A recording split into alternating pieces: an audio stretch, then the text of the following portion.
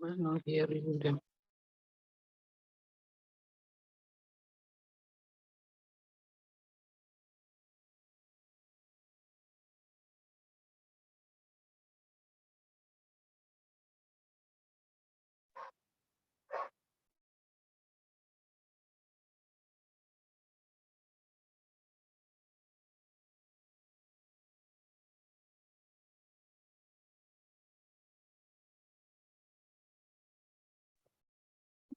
Gilles, can you hear me? Dr. Kamal is having a bit of difficulty to begin. Maybe you can start and then hand it over to him. It's okay. So I apologize for speaking before Dr. Kamal, but I trust this is with his blessing. So I'm not going to do the opening, the introduction, which is really something that Dr. Kamal should do. But for time reasons, and because it's already 10 minutes past the hour, then we will start with the content. And as soon as Dr. Kamal can join, we will catch back. We will give him the floor. So thank you everyone for being here. Thank you for participating to this webinar, and thank you for NIPE to give us this opportunity to share some content and to have the opportunity to discuss with all of you about one element, which is outsourcing. So what are the outsourcing strategies and how can we approach outsourcing in the context of public health supply chain? We will present the concept. We will present some element of technical approach. We will discuss examples. What we want also to be able to have is some exchanges. So we would be very happy if everyone can raise their hand, ask a question, and at some stages also maybe share experiences on how, what are your experiences of outsourcing. Outsourcing is an important part of a supply chain, whether it is a health supply chain, public health supply chain, or a generic supply chain. So it's really a subject which is at the heart of all supply chain transformation, supply chain improvement, continuous improvement. It's always an option. Outsourcing is always an option. It has to be very carefully looked at, obviously, because one thing which is important to always keep in mind is that it's much easier. It's not easy, but it's much easier to outsource than it is to insource. In fact, it's not too much about the easiness of doing it. It's more about sometimes the cost, the investment that can be involved if we want to insource a project or a part of our activity. But if we want to outsource it, it's usually much simpler, much more simple to outsource than to insource.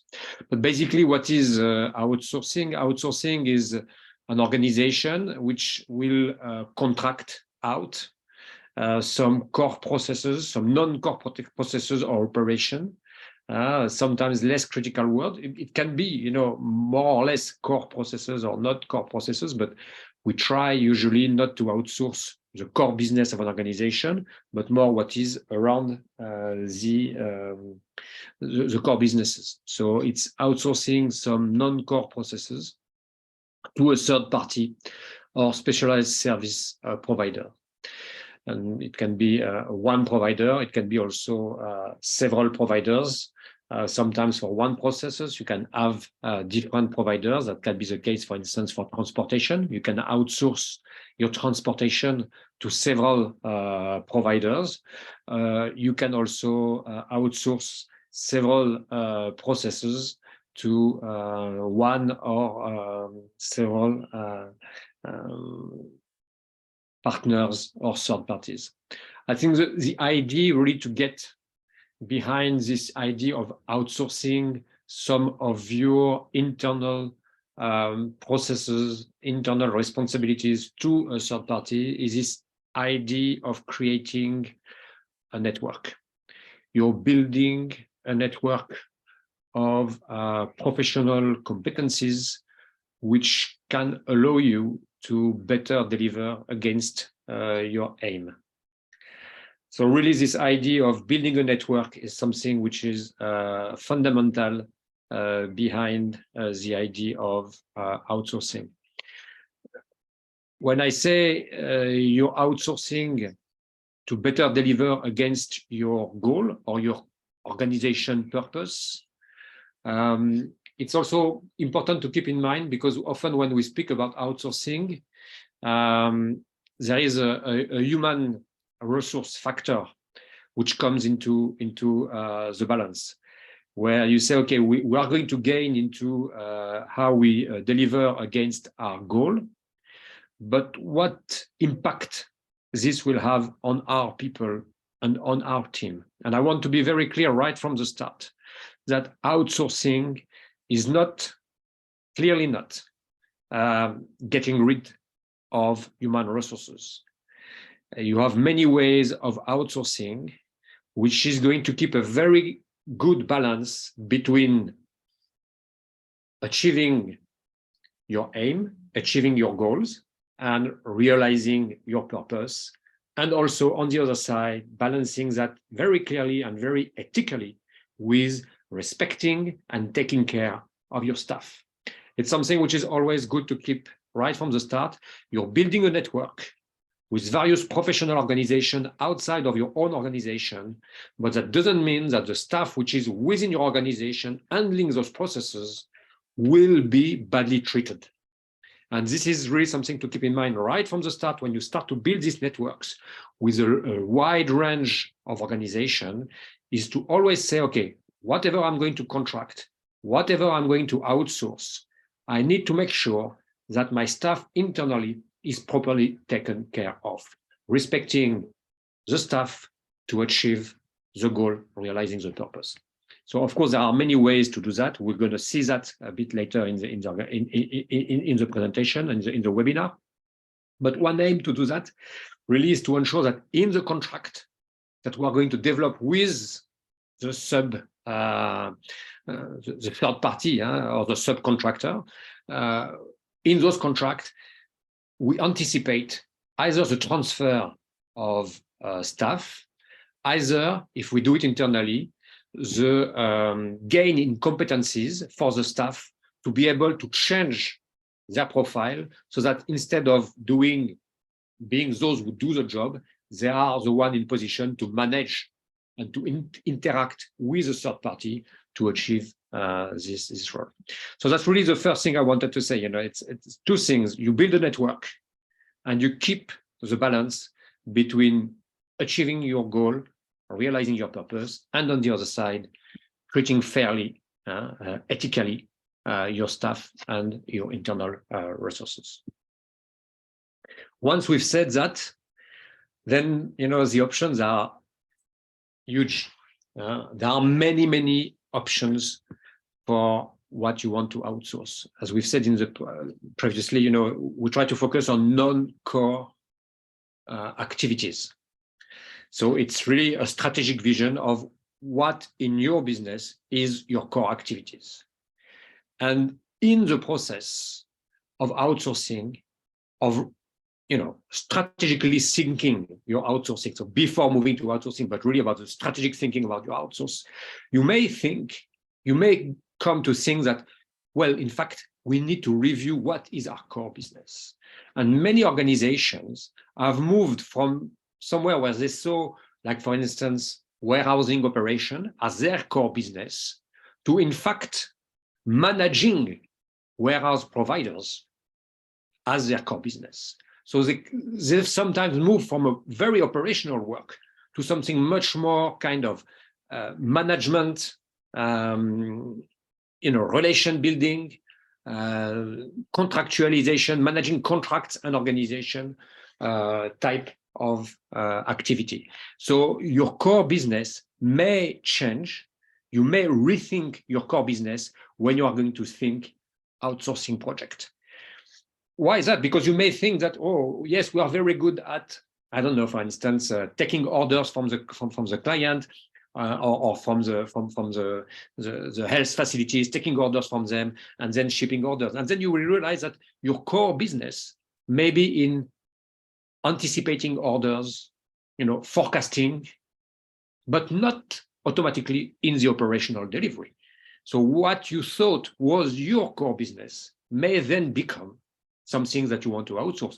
Or on the contrary, you may say that the process of collecting information from your clients, from your customer, from the patients, to anticipating demand, maybe this forecasting approach is not your core business, and you want to keep the operational part of it or the financial part of it, and you want to outsource some of the demand anticipation, demand planning.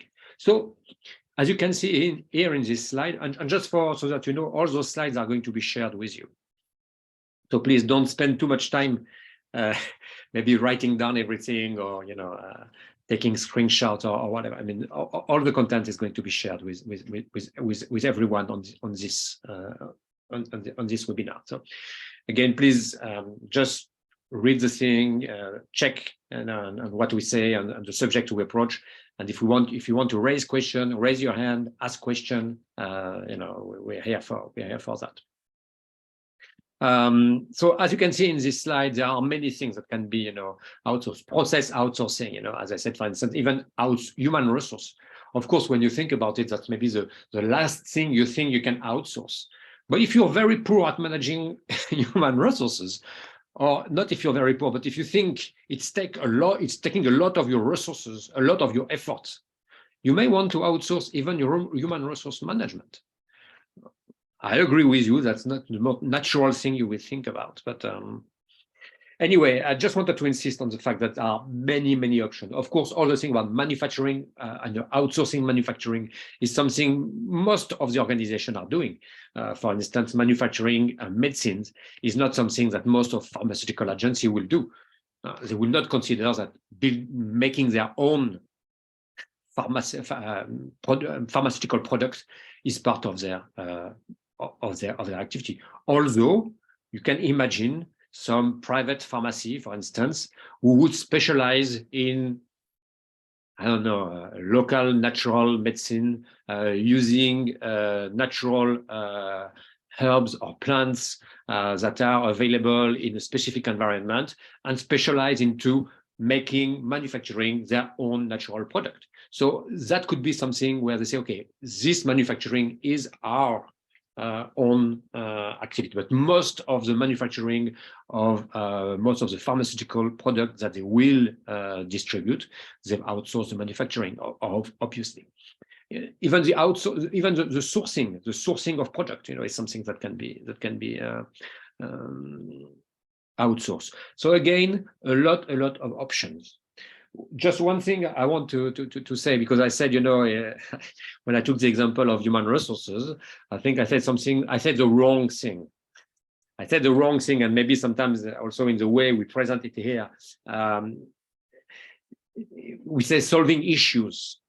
In fact, outsourcing is not solving issues. There is a say that we always use when we speak about outsourcing, and I think it's important that you write that somewhere in a paper or on a post-it or in the back of your mind. It's you don't outsource a problem. Okay, never ever outsource a problem. What does that mean? That means that if you have a problem internally, like I was saying, if you think you're not good at managing staff, then outsource it. That's wrong. Sorry for saying it. I mean, at least I've said it, and it's the example of what should not be said. If you outsource a problem, there are many chances that indeed you will in fact outsource the problem. So before, if you have an area where you feel there are gains that can be made or there is issue that can be solved, it's very important to really make an in-depth assessment, a very clear diagnostic of what is the actual problem. Because for instance, if the problem is in planification of the deliveries, and then you outsource the deliveries, you will still have your internal problems of planification. You will have outsourced something which probably was working well internally, but which you thought was not good. I mean, we all know that when we work in supply chain is the operational part, and all the lack of planning which have happened before things get operationalized at the ground floor level, at the transportation level, at the pick and pack level, at the distribution level. All the lack of planning appear at that stage. So if you have some problems in planning and you outsource your ground operation, ground logistics operation, you will not solve any of the issues. So really, again, don't outsource a problem. Find the root cause of any problem, and then make sure that in your strategy, your outsourcing strategy, you've taken care, you've clearly taken that into consideration before you make your outsourcing. But still, you know, there are some issues that you may want to address, and that may trigger the development of an outsourcing strategy. And here you see, for instance, if you feel you lack in-house expertise, you know, or if you have a high turnover of staff, you struggle to maintain your staff, you struggle to attract talent in a specific area, then you may want to outsource, like for instance, transportation, pick and pack, all, you know, warehousing. All those elements can be outsourced to specific 3PL. 3PL is third-party logistics. So you have now a lot of experts in this domain who have been, over the years, able to concentrate talent who are dedicated to this activity. The same thing about available resources or temporary need. If you need to scale up at one specific time, but you may not have the fund to grow your warehouse, to increase your staff, then outsourcing is an easy option, because you will be invoiced. You will be invoiced by the activity level that you outsource. So for instance, if you ship 3,000 pieces, you will pay for those 3,000 pieces. If you ship 300 pieces, you will pay for those 300 pieces. Of course, that depends on how the contract are built. There are sometimes some limit under which you know, you will still have to pay a standard. But normally, you know, if you manage that well, if you anticipate well your growth, this is something where the contract will clearly help you. The same thing also, you know, risk mitigation, you know, I mean, all those elements. Variable demand, very important for variable demand. If you have a seasonal demand, you know, for product, third-party logistics can really help you because of their other activities to handle that in a cost-effective manner. So here again, you know, you have a list of elements, of issues, but what I want to insist again is that you don't outsource a problem. Outsourcing is not to solve issues. Outsourcing is more to generate gain, is to create gain. So please keep in mind that, you know, when we say what are the issues you can solve with outsourcing, okay, that's the way we talk. But the reality is, what are the gain we can create for our organization by with outsourcing? So yes, the question we can ask ourselves is outsourcing recommended everywhere at every moment? I mean, please, you can think about that. If you want to put some comment on the chat, please don't hesitate. Again, don't hesitate also to raise your hand if you want to raise hand and make some comment. So some element about the categories for health services, you know, what can be outsourced. Again, here we are, you know, in the the multiplicity of options, and that can be outsourced. So if we look at that, and in light of the question we are asking ourselves just before, can anything be outsourced? We see that in fact, a lot of things can be. So we mentioned human resources. If you can outsource your human resource management, basically think that you can outsource everything. Again, it's a question of strategic vision about what do you think is your core business. You focus on your core business and you outsource other element of it. And as Sanjay will tell us in a few minutes, what is also very important is to ensure that once you focus on your core business, you have the capacity to manage what you will outsource, because then your profile, the competencies required to manage the activities, whatever the activities among those which are listed here are outsourced, the profile, the competencies required will obviously significantly change. But anyway, you see that everything nearly can be outsourced. It's just making sure that you identify the right expertise externally. And again, even if you can outsource everything you want, it's what is at risk? What is at risk when you outsource? And this is obviously what needs to be taken into consideration, because whatever you think is your core business, if you are, for instance, in the health system, in the public health system, or even private health, there are some activities that are still part of what is expected to be your core business. Okay, and this is everything that you can see here on level 4. Everything you see on level 4 is what the expectations are from the service you will get from health.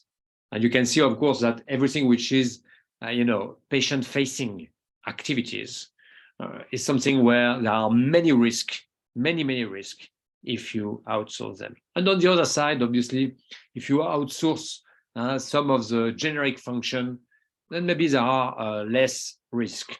Although laundry, if you wrongly outsource your laundry, we know that the impact on health, can be dramatic also. So it's not because automatically you think that the level 1 is low risk that you can,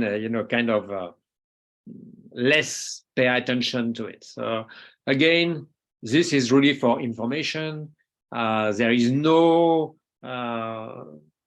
low attention activity. It's all high attention, but indeed, in the immediate risks that you're facing, you can identify a certain graduation.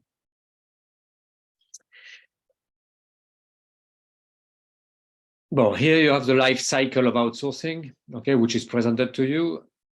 What is really important here to keep in mind, I think, at this stage, is really the idea of regularity, this idea of cycle. So for me, every time I hear cycle, I hear 2 other words which are coming with it.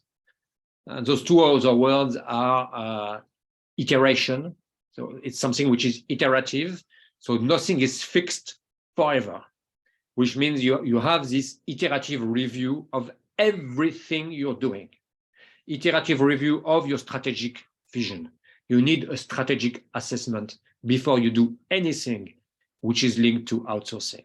If you outsource without an outsourcing strategy, without a strategic assessment, then you will have the issue. You need a need analysis. And the need analysis is really what we were discussing a bit earlier, identifying what are the problems, identifying the root causes, building a diagnostic of your situation. So strategic assessment, need assignment, need analysis, supplier assessment. You need your supplier assessment. If you don't understand the context within which you're evolving, how can you make sure that what you've decided to outsource, there are the resources externally to properly handle what you want to outsource? Then, if you've decided we're going to outsource warehouse management, and there is nobody outside to properly handle your activity. Let's take the example of cold chain.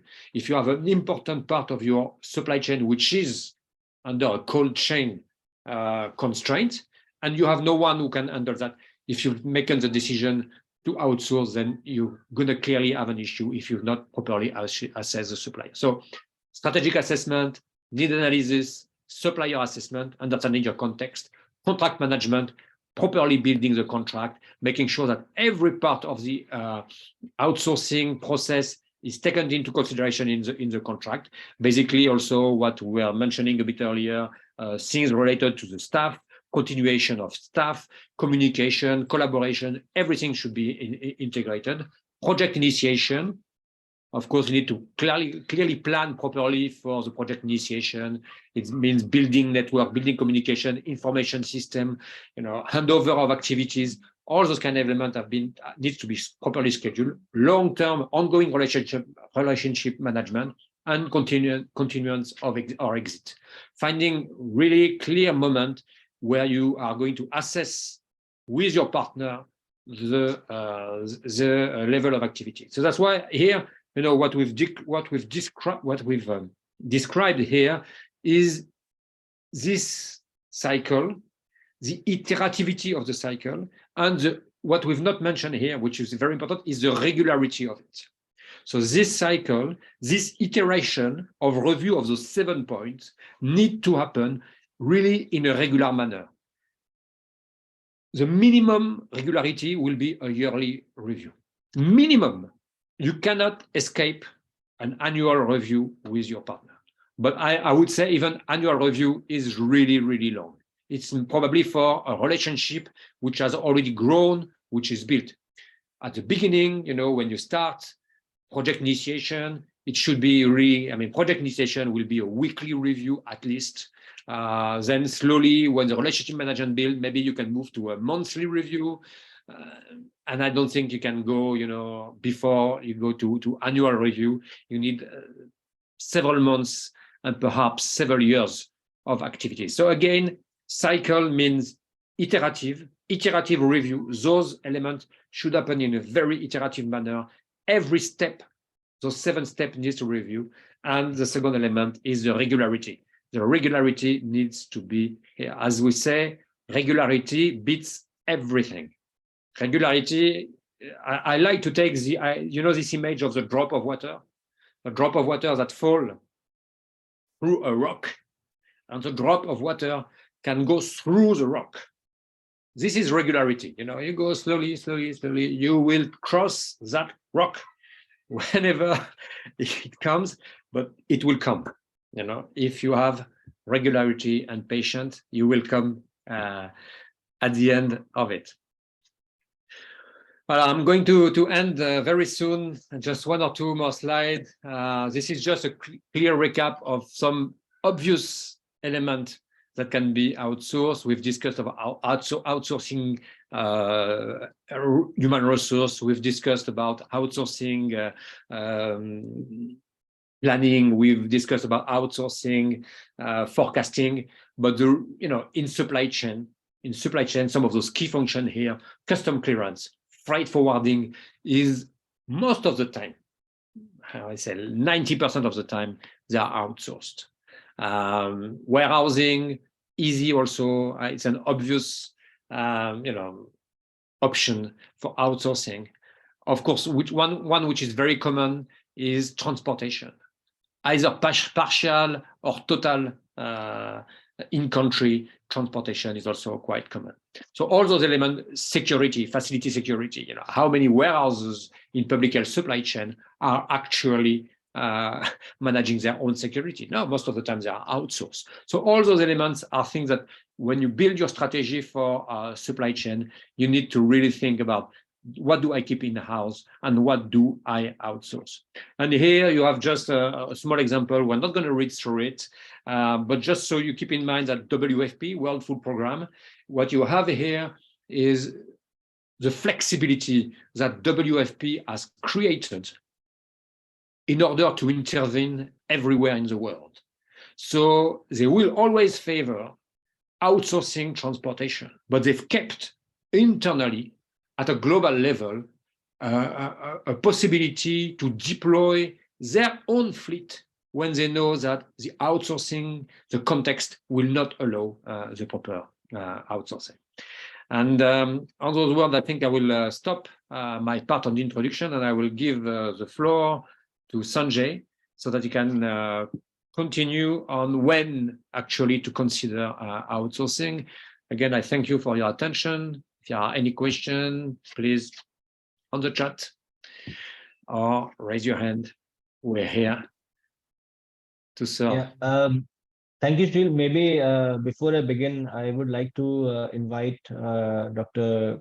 Abu Saeed from NIPE to say a few words. Dr. Abu Saeed, if you can hear me, maybe you can introduce NIPE very quickly. I can Can you hear me? I can go back to. Yes. Please carry on. Good day, everybody. Sorry, I tried to join, but I had issues joining on time. On behalf of the National Chairman of Association of Industrial Pharmacists of Nigeria, I want to welcome everyone to this webinar. We've earlier been advertising a supply chain course, which I'm sure most of us that are here are aware of it. So we just decided to give you a tip of the iceberg by organizing this free webinar so that at least everybody can have an idea of what the course will entail. So I don't know if the first speaker was introduced. Mr. Sanjay? Yeah, no, we did not do that, but I think it's okay. But if you still want to go ahead, okay. that's fine. We have two speakers. I think so that although their names are already on the poster.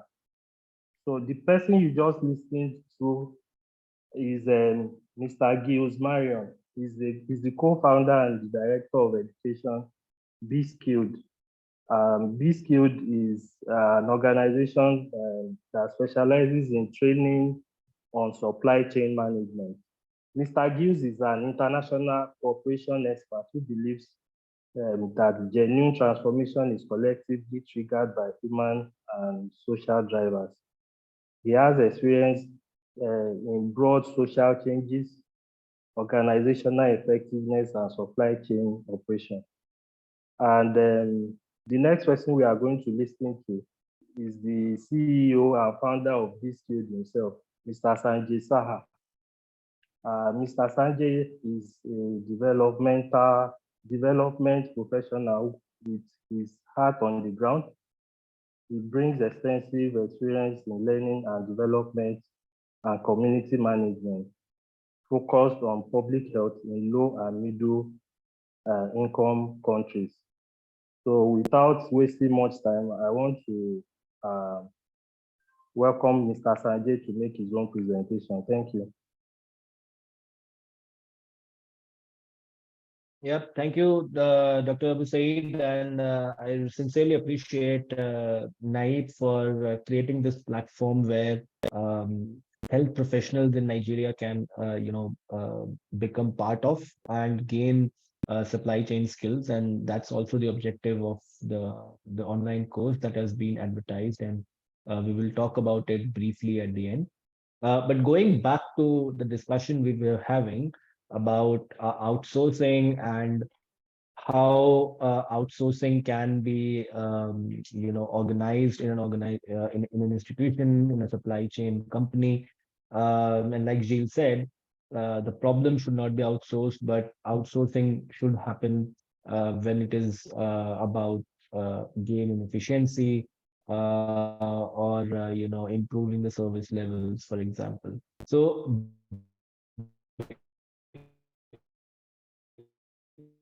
even before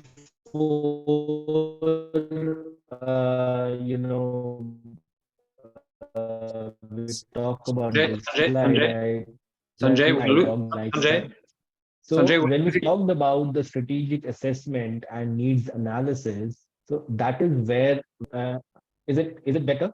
Yeah, it's Is better. it better? Am I audible? Okay. Sorry, maybe without the video, it should be better. So yeah, so I was saying that before I talk about this slide, I should talk about the outsourcing life cycle that we discussed briefly, where the first two steps were needs assessment and strategic assessment. So these two slides, where we're talking about the conditions that are required to go for outsourcing, are part of those two steps of strategic assessments and need analysis. So we need to look at internal conditions, that what is the core competency of the organization which you want to keep with yourself, and what are the non-core processes that you may want to outsource. And maybe sometimes there are certain core processes which you may want to outsource for one or the other reason. The second thing is to understand the processes that you have in the organization, which will also apply to the outsourced provider. That's also important. If you don't have processes within the organization, it will be very difficult to manage your outsourced provider as well. Um, Third is, does the organization have the ability to manage a third party vendor, a service provider? Because if you are not able to manage the vendor, then outsourcing won't work. And then finally, is it technically, politically feasible?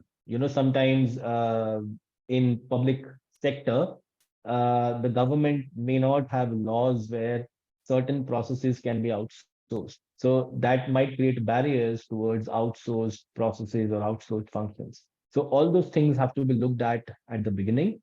And then not just the internal conditions, but you also need to look at the external conditions as well, which is the market and the availability of providers. So the first is analysis of the existing private sector.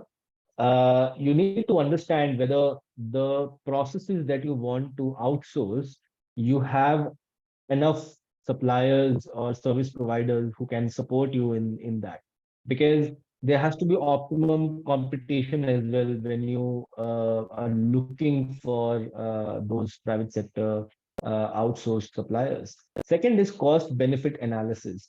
The organization and supply chain must also consider whether doing it yourself, insourcing is cheaper and beneficial for your entities or constituents, or it's an outsourced provider which may eventually be cheaper. So that cost benefit analysis has to be done.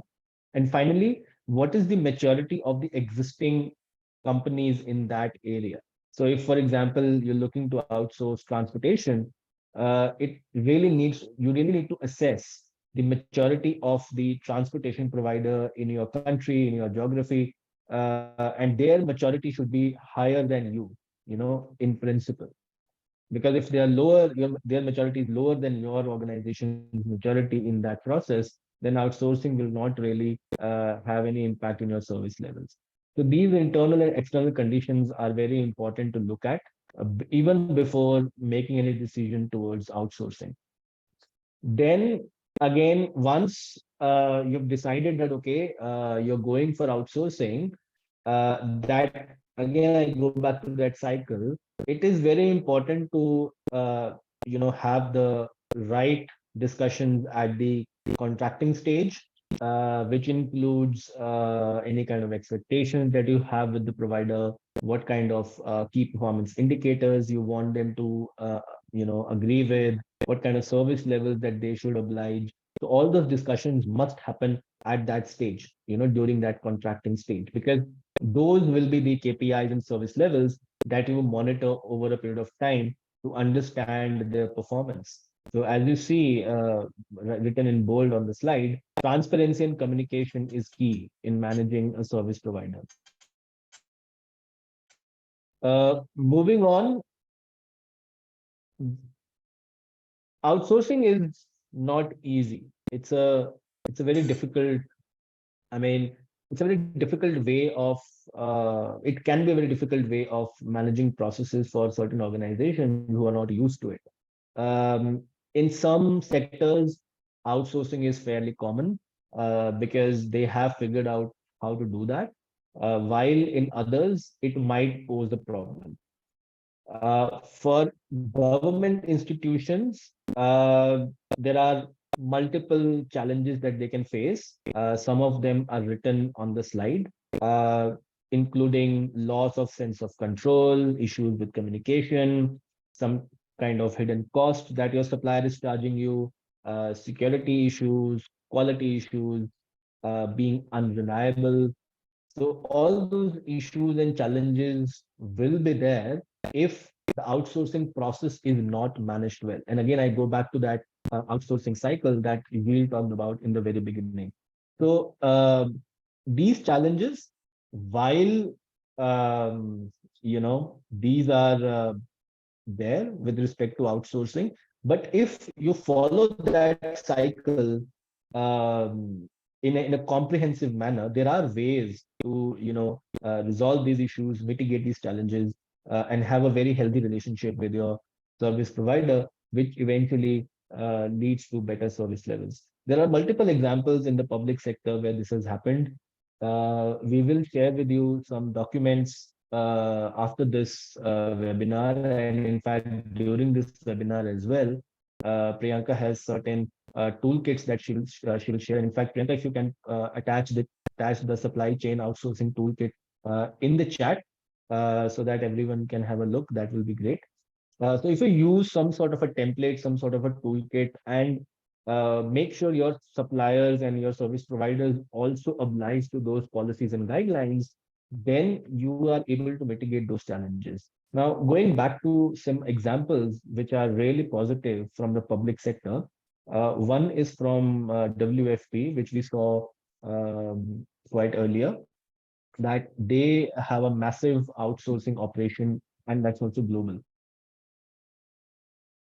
At a national level in Africa, Uganda has a very good outsourcing network for the public health supply chain. Even in Nigeria, there are some states who have been outsourcing the transportation as well. I think Kaduna is one of them. If someone is from there, maybe they can talk about it.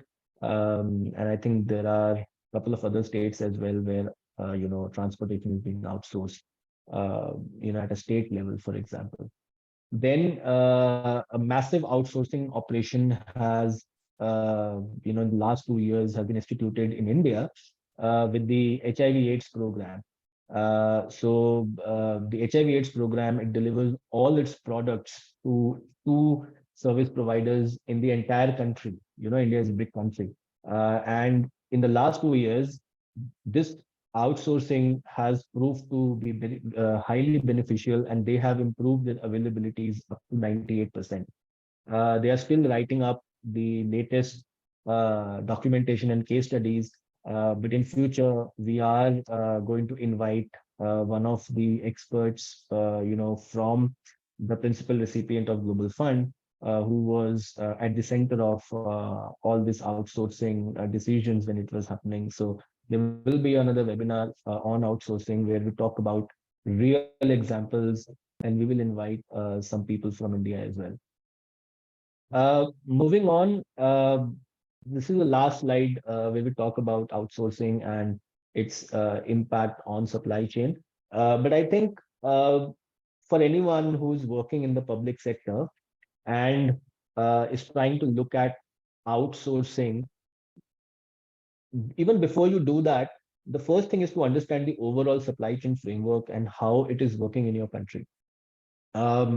If you see on screen, when we talk about streamlining supply chain management, it's not just that one odd strategy will help your supply chains become better. You have to look at it holistically. You have to look at it from a framework level, how your supply chain foundations are, how those policies and leadership and governance structures are at the country or a state level. For example, in Nigeria, which is a mixed system, then we look at the key functions of supply chain, from product selection to quantification to procurement, or to warehousing and transportation. Because if the foundation and the leadership, they are not sorted at the very beginning, it will be very difficult even to go for outsourcing, because you don't have adequate structure to manage your service providers. And then on top of everything, there is continuous monitoring and evaluation to understand how your supply chains are performing. So you need to have a very holistic view of how your supply chain is, how it's performing, and how do you first standardize your systems in-house even before thinking about outsourcing certain non-core or certain processes which you think will have a better impact when outsourced. So if you are looking at a holistic supply chain understanding and education, then this is the program that you're looking for, which is going to begin from 10th of July, which Dr. Abu Saeed talked a while back. So at the end of this webinar, we're talking about this program very quickly, where lot more discussions like this, like outsourcing, like procurement strategy, supply chain governance, forecasting strategies, and multiple others we will be discussing on an online platform and also on Zoom sessions like this, but of course, much bigger and much more interactive manner. So as you see on the slide, the program covers multiple supply chain functions. It is very affordable. Right now, there is a discount going on. So you can enroll yourself at a price of Nigerian Naira 42,500. I think the discount finishes on 16th of June. So you still have a few days left. So make the full use of the discount. As you can see on a small map here, professionals, supply chain and health professionals from all these various countries have participated in this program and have got international CPD certificates from these schools.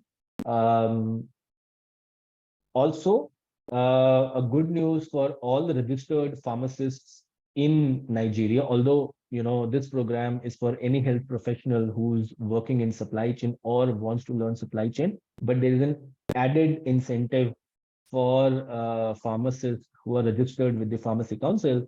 This program is recognized by the Pharmacy Council of Nigeria, and we are discussing the number of credit units that registered pharmacists will receive upon completion of this program.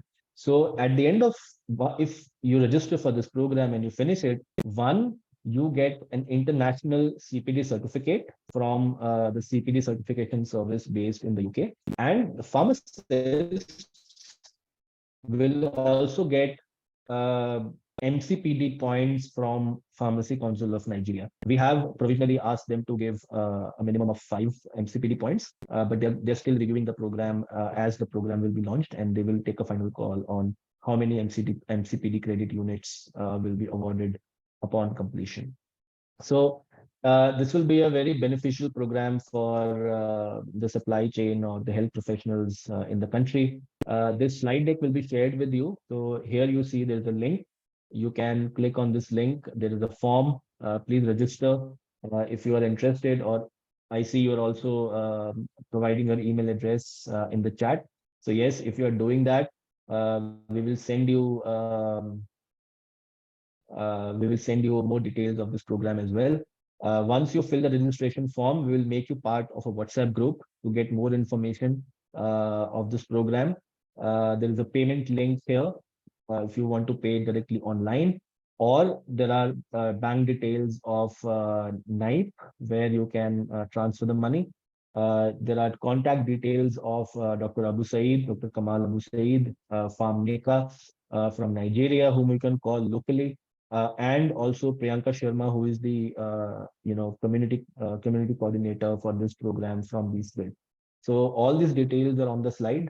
We wish you, we hope that you will think about this program, which is the first of its kind that is happening in Nigeria, and make good use of the discounts that are going on right now, so that we see you very soon with more content, even bigger groups, and so that you become part of this growing supply chain community that we have started to create in Nigeria.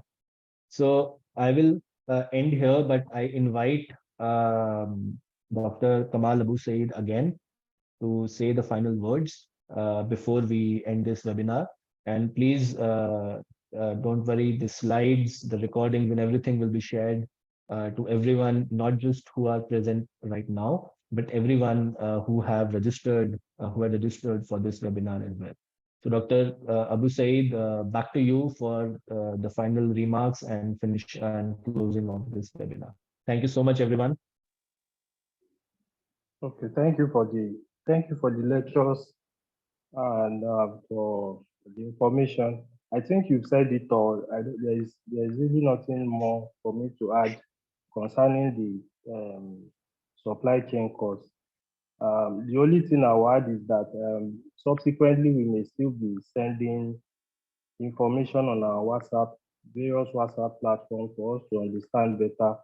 And at any point in time, like he said, if you have any questions, there are always numbers on the information we pass out to people to. There is always a number there to contact. My number is always there, and we also have pharmacist Neka's number, so any of us can be contacted. Or you may even decide to contact BSQ directly. There is an email we normally put on the flyer, on the e-flyers for you to get in touch with them. Like he said, the course is an internationally is an international course. It's an internationally accredited course, and spending a little money to get to embark on this course may not be a total. Apart from the knowledge you gain, like you mentioned, we are at the final stage with PCN to add it to a way of MCPD program. And like he said, at the end of the day, we'll be able to tell people the number of points that will be allocated to it. So we all know in Nigeria the amount to pay for MCPD. So this might be a double opportunity. You get an internationally accredited certified outside Nigeria and within Nigeria. So I want to implore everybody to try to take advantage of this opportunity. The 40% discount is still going on. Instead of 73,000, we are giving out, we are rolling out the cost at the cost of about 42,500. And I think it's an opportunity we all should embark on. So other information, like I said, will be passed on our WhatsApp platform. Thank you for attending and hoping to see you soon. And we are also hoping to see your response to the course by applying and subsequently joining the class by the 10th of July when we are expected to commence. Thank you, everybody. Thank you, Dr. Kamal. Thank you, Gilles. And we hope to see everyone very soon from July. And wish you a great weekend ahead. And again, thanks a lot. Thank you, everyone. Please, does anybody have any questions before we go? Nobody has asked any question. Please, if you have any question, you can raise your hand or you can type in the chat box. We will just give 1 minute for that. If nobody is responding, then we'll close for the day. Thank you.